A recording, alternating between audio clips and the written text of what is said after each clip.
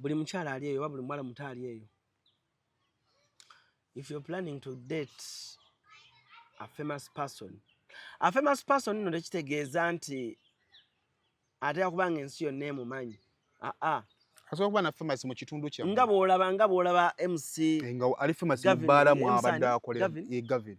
Nga bw'olaba Gavin bwe yabadde nti ebbaala z'omu kitundu ekyo n'abajja mu bbaala eyo bamumanyi. If you're planning to date someone ng'ali famous ng'alina following nenemukka ey'abantu, please bwe bawulira ng'omutima gwo munafu muleke kubanga tobisobola. Abantu abaagala abantu abali famous bayina emitima nga migumu. Mwe mulaba abantu kupostinga bifaananyi nga they are happy. People are passing through a lot. People that date famous people. Makeup ze mwagala muleke abantu abo lumu mikwano gyabwe giri close bajja babuulira nabo banoba.